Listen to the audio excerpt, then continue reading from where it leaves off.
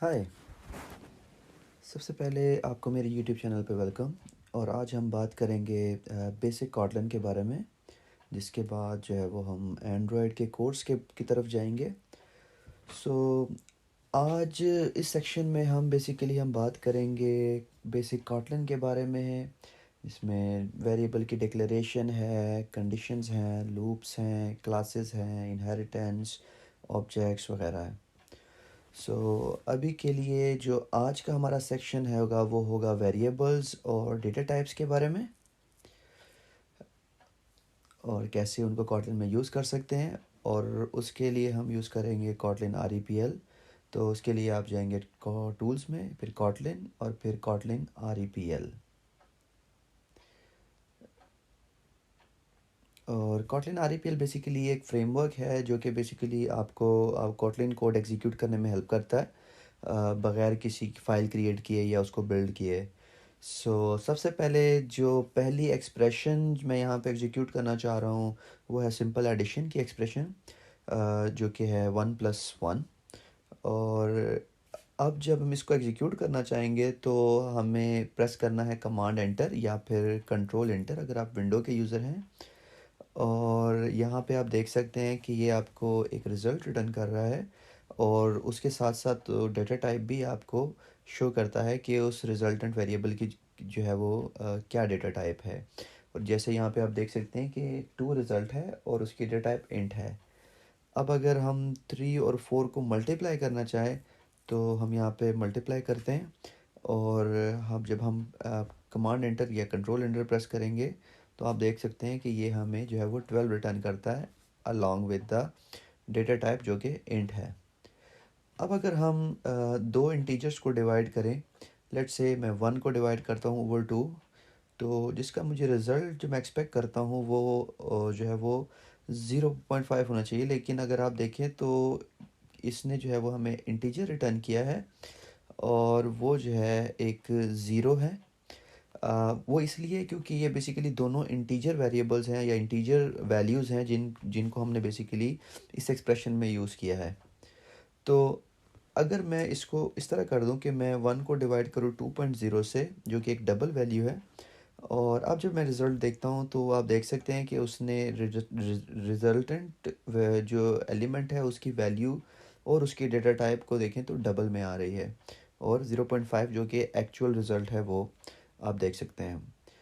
उसके बाद जो अगली चीज़ होगी वो है आप सब्ट्रैक्शन कर सकते हैं। इसके साथ साथ आप जो है वो डिफरेंट किस्म की आप एक्सप्रेशंस को ट्राई कर सकते हैं और देख सकते हैं कि आप क्या वैल्यूज़ देखते, क्या डेटा टाइप आपको रिटर्न होती है। तो वो सब कुछ आप कर सकते हैं। अगली चीज़ जो हम बात करेंगे वो हम करेंगे वेरिएबल्स को डिक्लेयर करने की। तो नॉर्मली हमारे पास जो है कॉटलिन में दो किस्म के वेरिएबल्स होते हैं। एक हमारे पास जो है वो म्यूटेबल वेरिएबल्स होते हैं और इम्यूटेबल वेरिएबल्स होते हैं। बेसिकली सबसे पहले हम बात करेंगे इम्यूटेबल के बारे में। इम्यूटेबल के लिए हम यूज़ करते हैं वैल।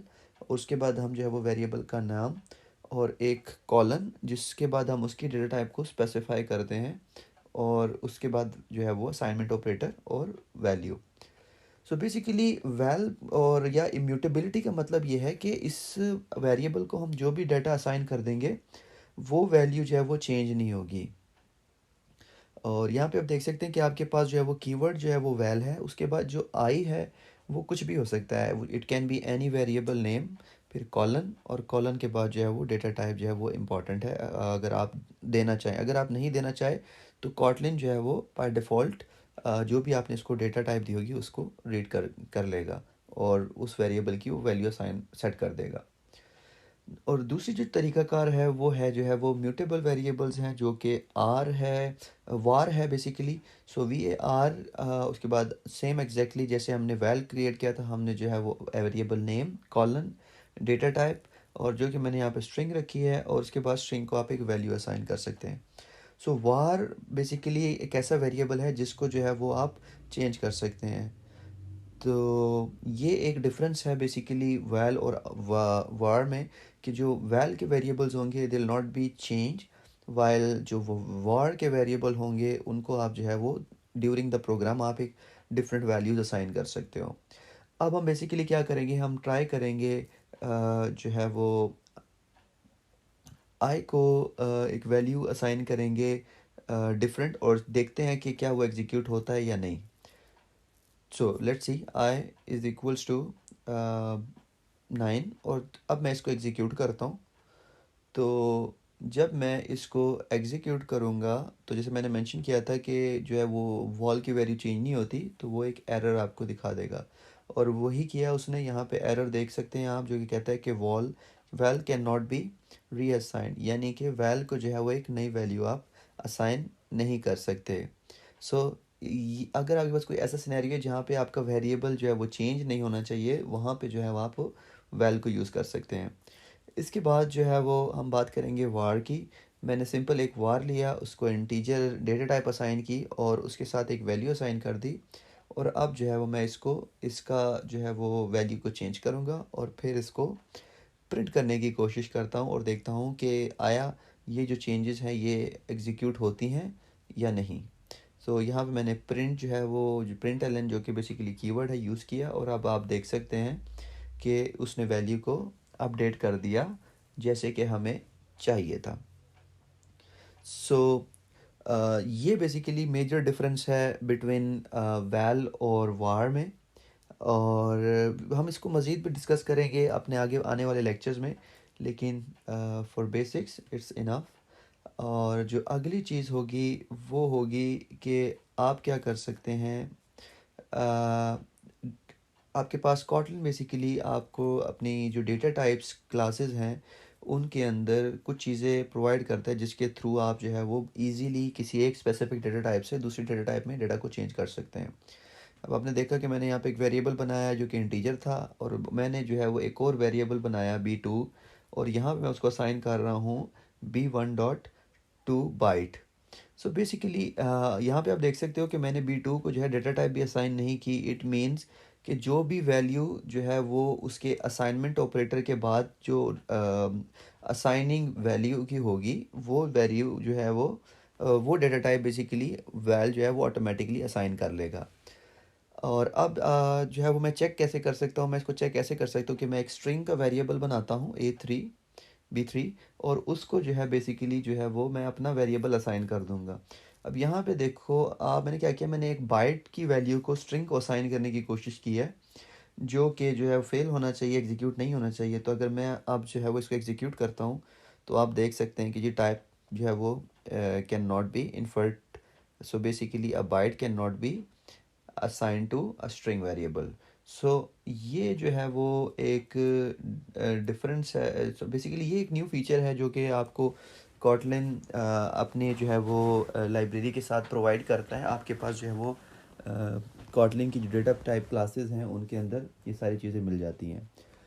अगली चीज़ जो है वो ये है कि अगर आपने जावा में कभी कोड किया और लॉन्ग वैल्यूज़ को यूज़ करते हैं, तो नॉर्मली क्या होता है कि रीडेबिलिटी में बड़ा प्रॉब्लम होता है। जैसे कि अभी राइट नाउ आप देख सकते हैं कि मेरे पास एक 1 है फॉलोइंग 6 ज़ीरोज़, जो तो ये बेसिकली काफ़ी जो है वो कॉम्प्लिकेट हो रहा है for me to understand and to read.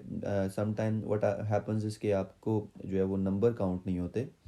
So basically readability के लिए जो है वो कॉटलिन क्या करता है कि आप जो है वो एक अंडरस्कोर्स को यूज़ कर सकते हो, और it will have no impact on the actual value. तो मैंने यहाँ पे देखिए मैंने क्या किया कि मैंने एक वैल असाइन किया, और अब जो है वो मैं अगर उस वैल्यू को प्रिंट करता हूँ तो आप देख सकते हैं कि एग्जैक्टलेस नॉर्मल वैल्यू है। जबकि रीडेबिलिटी के पॉइंट ऑफ व्यू से अगर मैं देखूँ तो it's more easier for me कि मैं इस स्पेसिफिक वैल्यू को रीड कर सकूँ, बजाय इसके कि जो मेरे पास जो है वो प्रीवियस वैल्यू थी या जावा में होती थी। तो ये एक जी चीज़ है जो कि हमारे पास कॉटलिन में अवेलेबल होती है।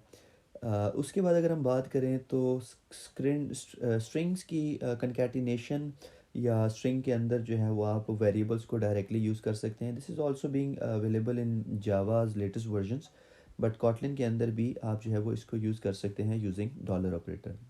सो लेट्स से मैंने क्या किया, मैंने जो है वो दो वेरिएबल्स बनाए S1 and S2 with hello and world.